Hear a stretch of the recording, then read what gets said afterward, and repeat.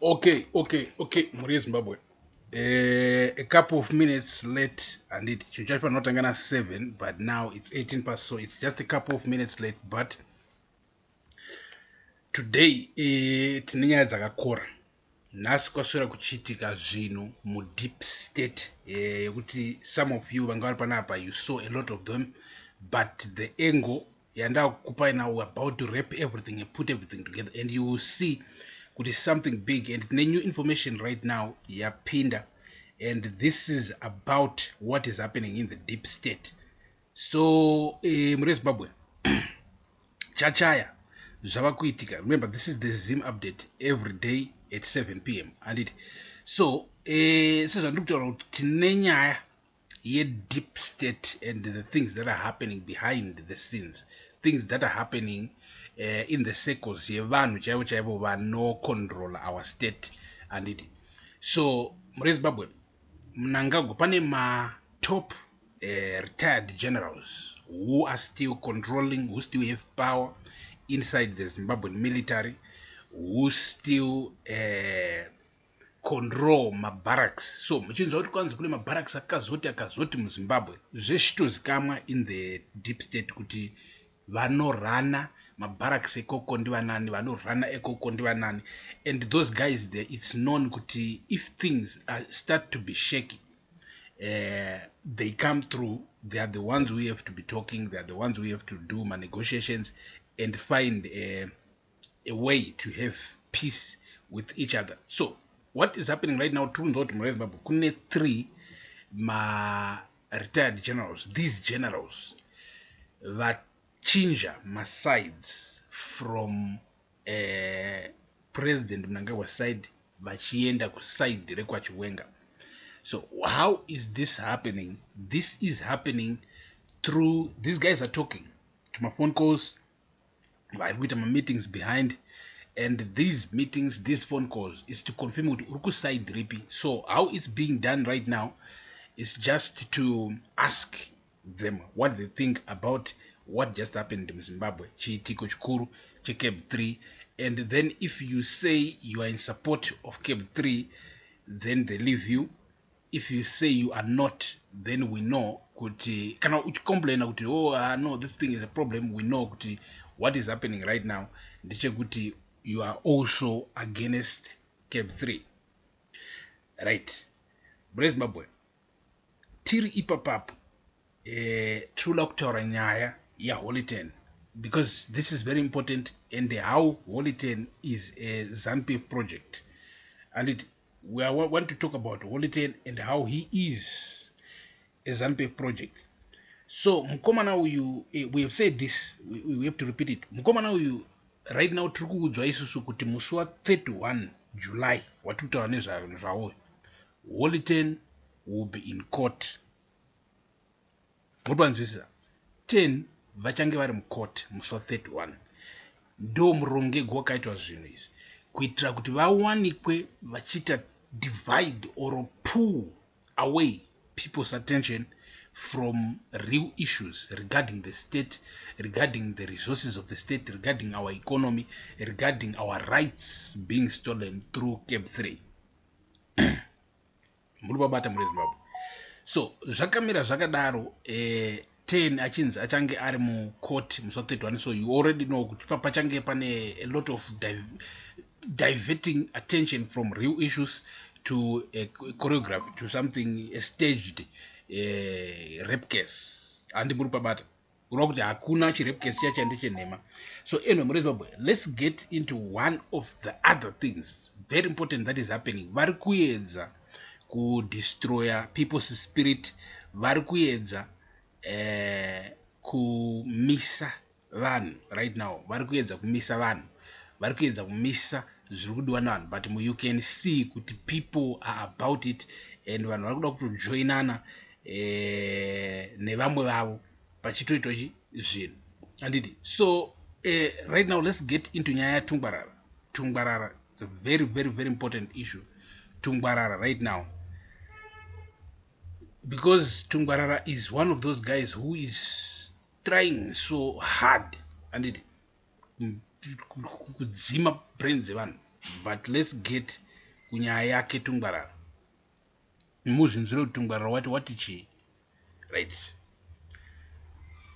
Hanzi 4 hours ago, Hanzi CA3, right? Constitutional Amendment 3, Celebration Challenge.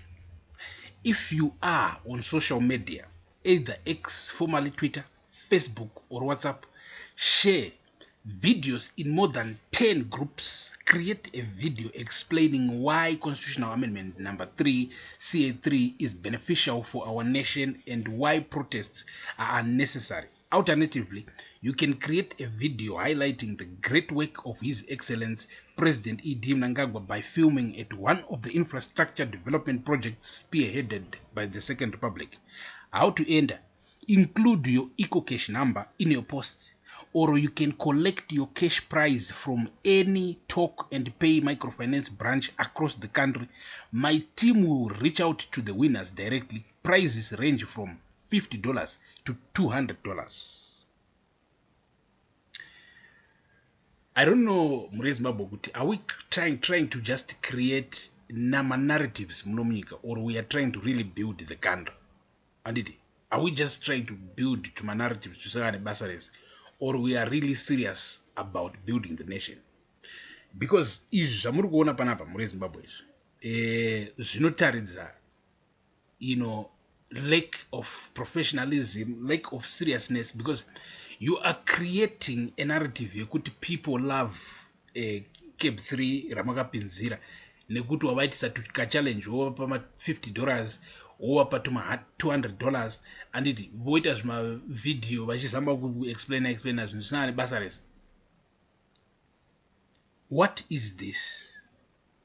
Anditi, what kind of nation are we building? Kana tiri serious kuda kunyepa sezvibhadhara vanhu kuti vacreate nama narratives vanyepe about zvinhu zvavasingabvumira nazvo because kuda kuvapa nzungu muri eZimbabwe. Ivo vari kufamba nemaG wagon ari kuda kuwinisa $50 dombi boys anditi. Saka unotoona kuti pane majokes akawandisa. Unotoona kutoti muri Zimbabwe pane zvizhinji zvinoda kugadziswa mune nyika yedu, pane zvizhinji zvakaresheka, but tiri ipapapo. Chamisa Nelson apindira kuLondon and ane round table yake ari kuda kuita ngaiti muone paX panapa apa 2 hours ago ari kuposta ari kuLondon. It's a beautiful warm and sunny day in London, lots of great chakadaro, but pane zvaaindira ikokoko ndezvizvi. So pane vasina kuzviona, let's give each other an update. Hanzi, fellow Zimbabwean citizens in the United Kingdom, over the next few days I will be undertaking a diaspora citizens consultation, engagement and listening tour across the United Kingdom. This tower is an opportunity to hear your perspectives, engage on the challenges and opportunities facing our nation, and strengthen the vital partnership between Zimbabwe and its diaspora.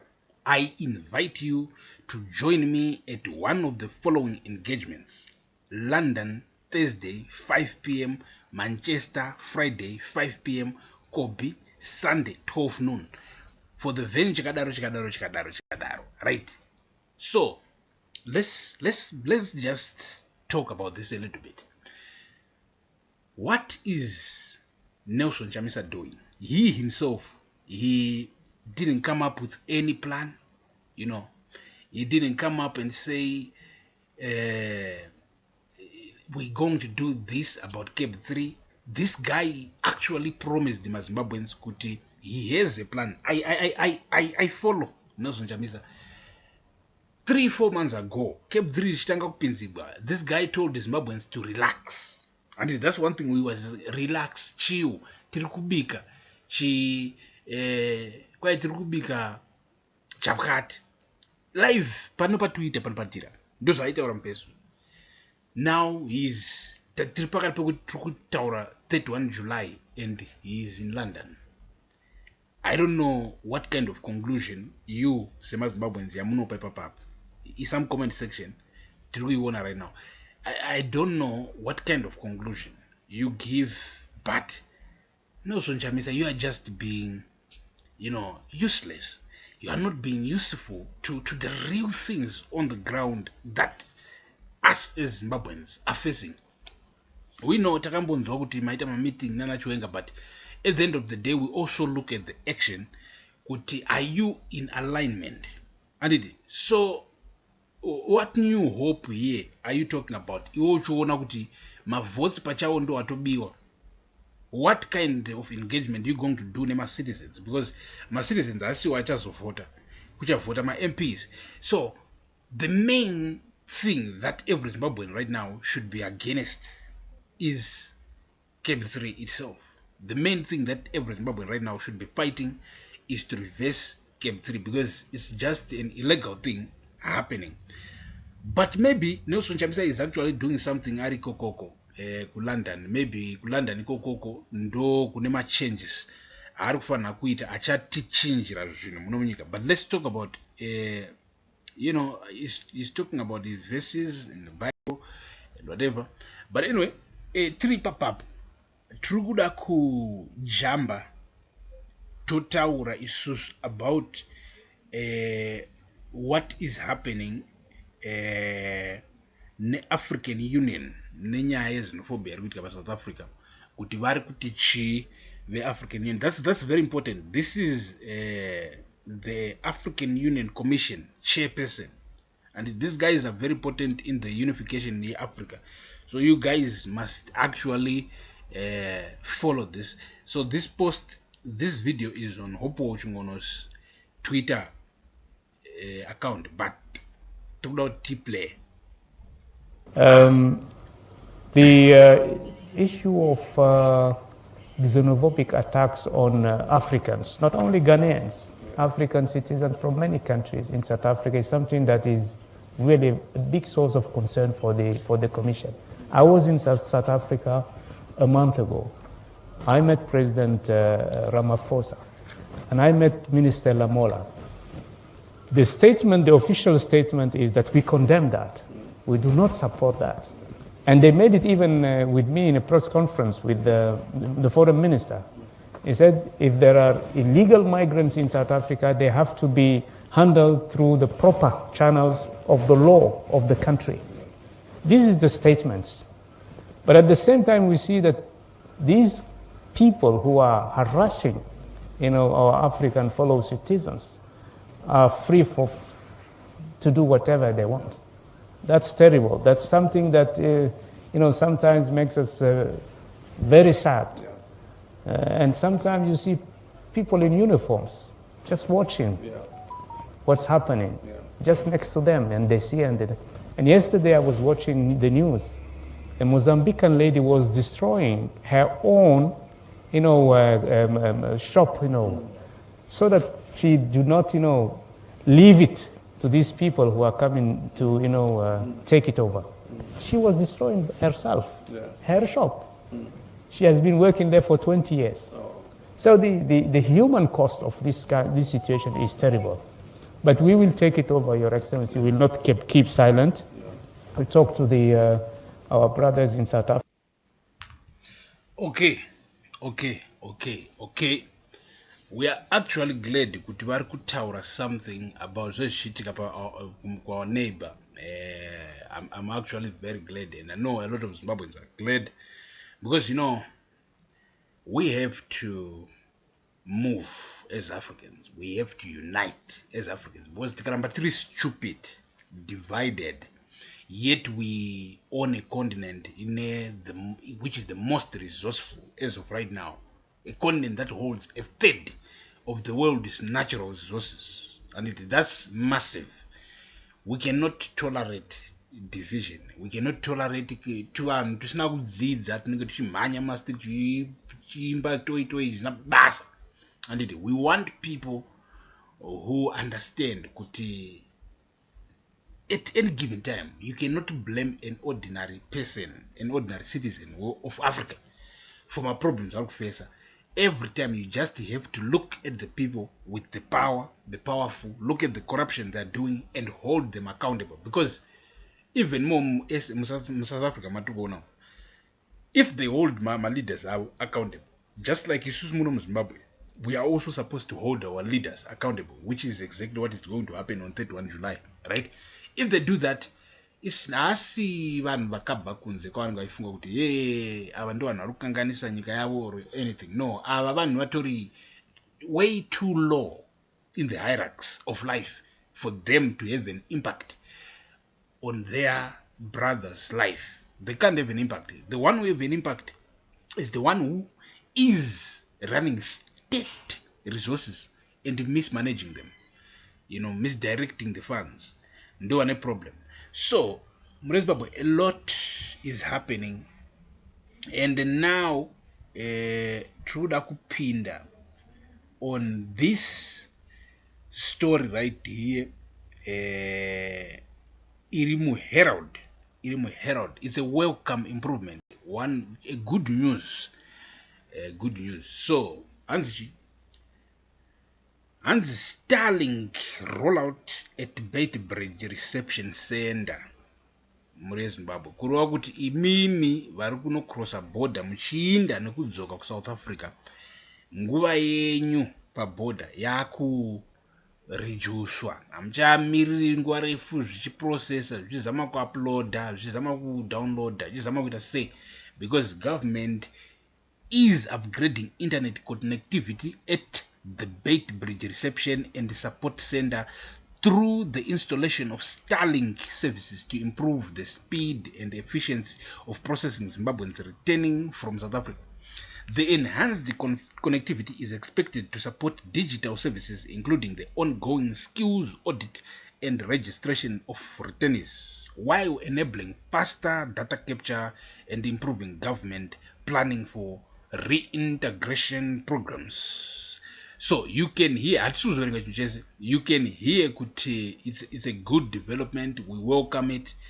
These are the kind of things that we want to hear every day about everything. Kwete ngoti kwanzi government yatenga Starlink. Really? Starlink inena mfana chakadaro vanenge vachingomhanya chu Starlink kumusha uko. Anonzi anofanana. Anzi mfana Shamene ndo wati. Shamene mukadzi wake. Uyu mfana ari kumusha manu. Netutu twapana kuti Mugove family. Netutu tumwe twapana bobo tochishanza ma Starlink. But the government is only doing it now. And it's not actually interesting kuziva kuti government just installed Starlink as the most efficient way in a government building. Do you mean kuti muno Zimbabwe hakuna any other internet provider that is capable of providing fast enough internet to the government? Well, that's a problem. Lemama tutenga Econet some special bundle or package, and then Econet you provide right tingada chiti ma celebrations, but ana Econet will improve I game renyu ana strive masiwa meme. There are many companies everywhere in Africa, but Econet is na basa mno mnyika. So improve and it. So muri Zimbabwe takupinda isusu ku story yedu regional news iri pa The Times. Pari kutaurwa zve 12,000 ma-undocumented foreigners asungwa in South Africa in 3 weeks. And it is so, pane maZimbabweans ipapo, pane vasiri maZimbabweans, pane vekupi. Let's just get a little bit into it so that we see what is happening. More than 12,000 undocumented foreigners have been arrested in the past 3 weeks as police intensify operations. In a statement on Thursday, NAS, the South African Police Service, SAPS, said 3,113 undocumented foreigners were apprehended in the past week alone, bringing the total to 12,009 during coordinated operations conducted with the Department of Home Affairs, the South African National Defence Force, and other law enforcement agencies. Police spokesperson Lieutenant Colonel Amanda Van Wyk said the operations are part of efforts to strengthen border security, enforce immigration laws, and combat crimes. Among the latest arrests was a 37-year-old foreigner who was allegedly caught transporting 379 kgs of cannabis worth more than 7.5 million rands during an operation at the N1 Way Bridge in Koosberg, Northern Cape on Wednesday. Van Wyk said a further search led to the seizure of 830 ecstasy tablets, crystal meth, and 300 grams of methamphetamine with an estimated street value of 154,800 rands.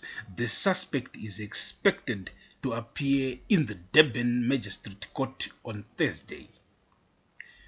So ava ndo matsotsi anenge achishatisa zita rana mukoma vedu nanasisi vedu anenge ari paSouth Africa.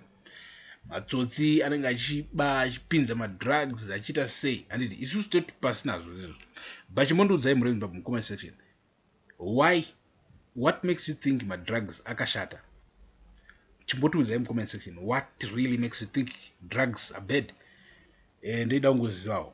But tiri papap murezimbabwe takuda kuchipedzisa this 7 p.m. every day live Zim update nekuupdate on this big issue going on a global level. Oil prices go up. Kana oil prices akaenda up, diesel yakudhura, petrol yakudhura, etc, matransport yakudhura, and food yakudhura, mashops, everything. Trump kamfeska yake kanoti buy zira zingambobveni muchikaona ipo paya. Trump kanoti buy zisa.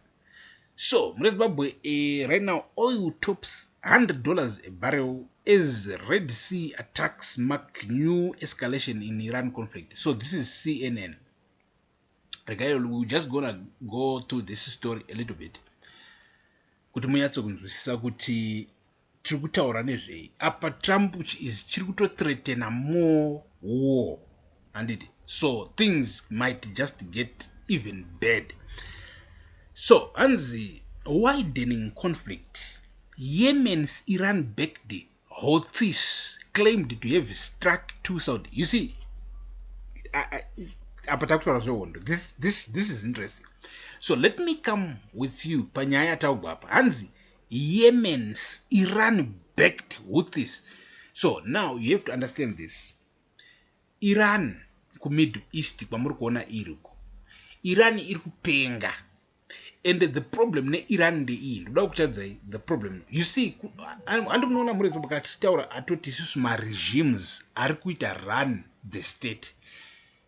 Ma regimes ane problem. Mukaita a bad regime menge muri pa ma 1.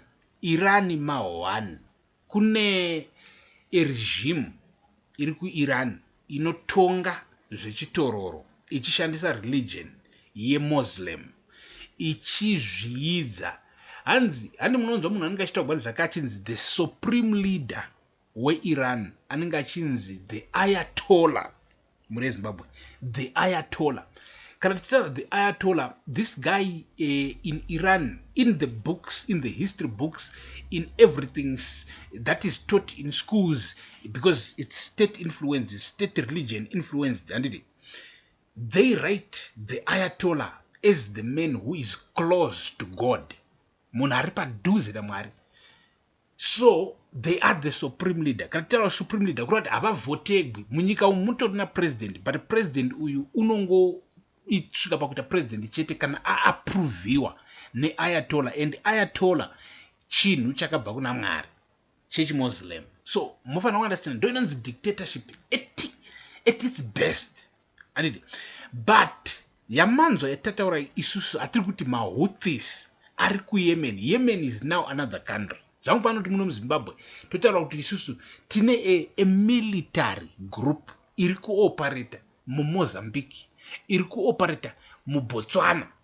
YekuMozambique toiti isusu Chisango, yekuBotswana toiti isusu Nyatsimba Mutota, yekoko toiti isusu chakazodai. You understand? So Iran inenge ichioperata military groups munyika dzakaitenderedza. So it's a dangerous regime. They are not about developing their country, and they have a lot of money because Iran in a lot of oil. You understand?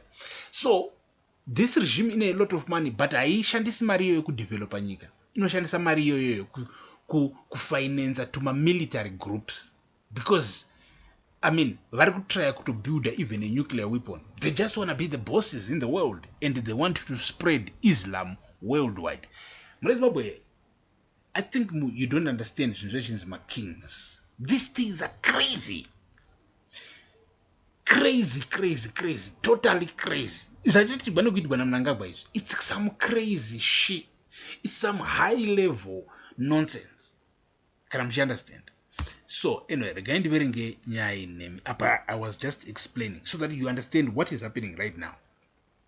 But Trump is an idiot. Trump is a chi, but what he is fighting is just other, even worse, bigger idiots. You understand? So I know it's total politics. Iran, America, as if like America is just trying to bully Iran. No, look at what Iran is, and you understand that Iran by itself, actually, it must never exist. The regime in Iran must never exist. Trump it's and matsotsi age panoti matsotsi agirana ngachirevesa Trump itsotsi rokuti rakatarisa world rotoona kuti vakomana kune mamwe matsotsi ende ari kutotonga ende matsotsi iwawo akatotsikirira vanhu ende matsotsi iwawo ari kutoita zvisina basa. So inini ndikaita president weunited states, the most powerful country in the world, ndomapedzera ende Trump ndobva chata chi president ndobva chadi chataka vanhu. So zviri kuitika, let's finish this. So hanzi widening conflict, Yemen's Iran-backed Houthis claimed to have struck 2 Saudi oil tankers in the Red Sea. US President Donald Trump warned Tehran would be held accountable for any further Houthi attacks in the Strait of Hormuz. US Secretary of State Marco Rubio said Iran suckered the group into attacking shipping lanes. So Saudi Arabia is another oil-rich nation. This one is a kingdom. It's another oil-rich kingdom. Irikupi ku Middle East. So my ships ayo ari kuatakwa. And ari kuatakwa nechi military tomati ma proxies. A military proxy ye Iran inonzi the Houthis ino-operator iri munyika ye Yemen ikoko ku Middle East. Saka Trump uri kuti vakomana imimi mukaramba muchiataka zvikepe zveoiri zvezvida kuwisa oiri kunyika kuti itengeswe yakachipa, muchishandisa tuma proxies twenyu, tuma military proxies twenyu twakafanana nemahouthis, rather than kuti isusu tinde kuyemen tonoataka Yemen, tonoataka totsvagana netuma houthis tototo, tiri kuzongoataka straight munyika yenyu yeIran, because Tehran is the capital city yeIran. Kuroti tichangu kutevera ikoko tokuru atakirai mhosva dzenyu dzamuri kushandisa zvimwe zvima proxies zvenyu. Right. Oil hits $100 as concerns depend about the flow of crude from the region. Global oil prices climbed to $100 a barrel and average US gas prices rose to $4.09. War powers. The US House voted to halt the Iran conflict absent congressional approval, marking a significant rebuke to Trump's war powers. But even if a familiar measure passes, the Senate is in an upcoming vote. It would not compel the administration to end the war. Trump kamunike hondo. Enda akasikumira karinga ichitamba tuma games twavada kufanira tochitambwa naMnangagwa, but kachitokanda hondo. Isusu tinoti pasi nazvo, tinoda runyararo pane rinopasi. So let's just finish. On the ground, Jordan and Kuwait reported fresh Iranian attacks targeting sites in their countries. US strikes killed 2 people at an Iraq-Iran border crossing, Iranian state media reported. So Jordan ne Kuwait inyika dzokuti they host American bases in the Middle East, and now Iran iri kuataka Jordan ne Kuwait, iri kuataka ma military bases ari mu Jordan ne mu Kuwait, United States of America. Kana pakazoatakwa vamwe ku Kuwait ne ku Jordan asiri America. Ya ndizvo boys, why are you housing ma military bases egu states? And so my fun is, but Zimbabwe, you know, Panapa Mzinda one any Super Nexus every day in a 7. If you listen to this broadcast, is all you need. You will know all of the things happening in the nation, but also every day during the day, Tenga the Ship uploader, things happening in the nation,